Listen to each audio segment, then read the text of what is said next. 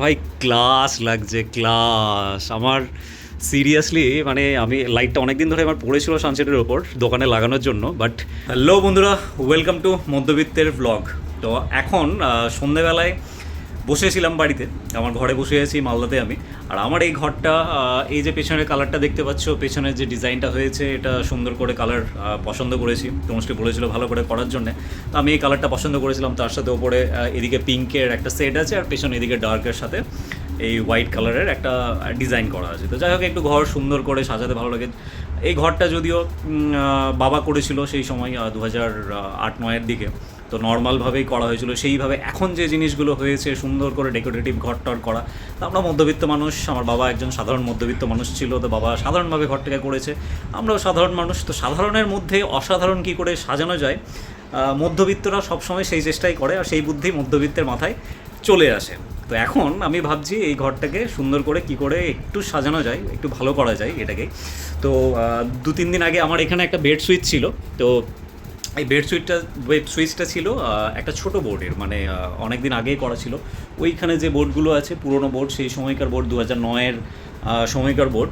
তো সেই রকমই একটা ছোট্ট বোর্ড ছিল যেটার 2 ওয়ে সুইচ, যেটা লাইট আর ফ্যান চলতো, সেগুলো খারাপ হয়ে গেছিলো। তো কয়েকদিন আগে মডিউলার বোর্ডটা লাগালাম। তো আমি ভাবলাম, হঠাৎ করে আমার মাথায় আসলো, আমি আমার দোকানের ডেকোরেশনের জন্য একটা লাইট আমি কিনেছিলাম। তো সেই লাইটটা লাগানো হয়নি দোকানে, তো আমার ঘরেই পড়েছিল। এখন হট করে আমার মাথায় এলো যে ওই লাইটটা দিয়ে এই ঘরের মধ্যে যদি আমি লাইটটা লাগিয়ে একটা কিছু করতে পারি, সুন্দর লাগতে পারে, কোথায় লাগানো যেতে পারে।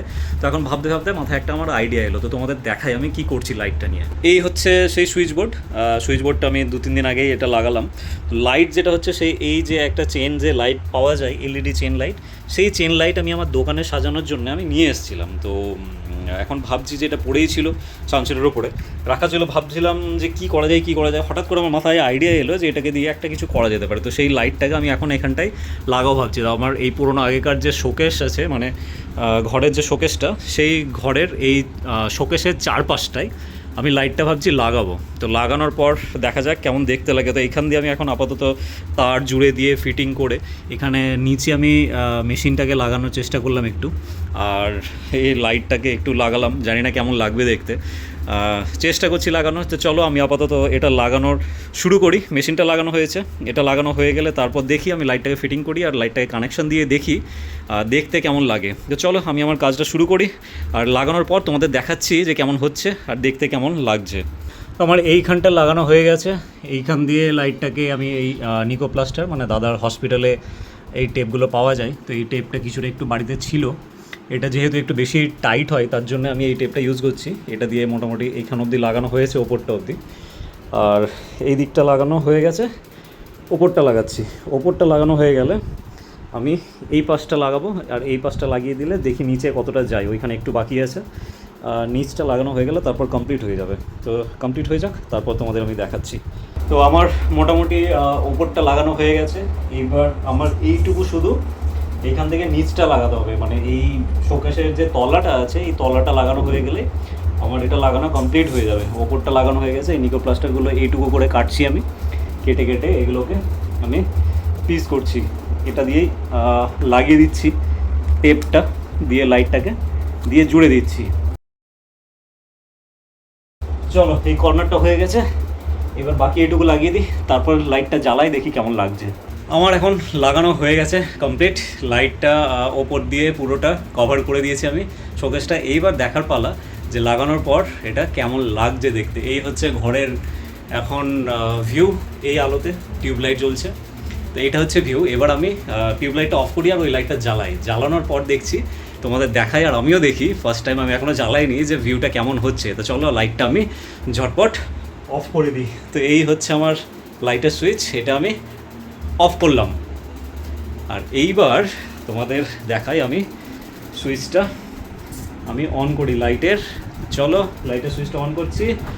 1 2 3, ইয়েস ইয়েস, এই হচ্ছে আমার লাইট। তো তোমাদের ব্যাক ক্যামেরায় দেখাই আমি কেমন লাগছে। তো হ্যালো বন্ধুরা, এই হচ্ছে আমার লাইটের ভাইব, যেটা পিঙ্ক কালারের লাইট আমি লাগিয়ে দিয়েছি শোকেসের ঠিক পেছনে।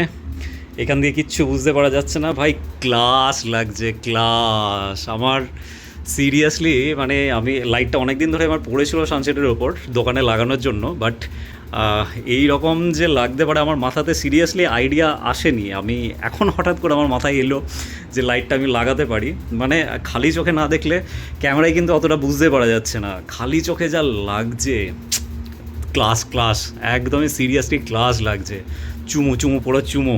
তো এটাই হচ্ছে ব্যাপার যে মধ্যবিত্ত মেন্টালিটি থাকলেও, মধ্যবিত্ত অবস্থা থাকলেও যে একটু জোগাড় করে নেওয়া যায় তাহলে যে কোনো ছোটোখাটো জিনিসই সুন্দর হয়ে যেতে পারে। তো এই ঘরটা নর্মাল ছিল, একটু অসাধারণ করে দিলাম লাইট দিয়ে।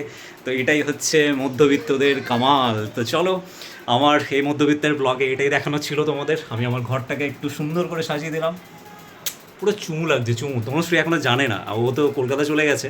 তো আমি এখন এটা বানালাম, আর ওকে আমি ছবি বা ভিডিও করবো বা ভিডিও কল করবো, করে দেখাবো। এখন কলকাতায় আছে, তো ওকে সারপ্রাইজ দেবো, ওকে দেখাবো। তো চলো, আপাতত আমি এই লাইটের ভাইবের মজা নিই।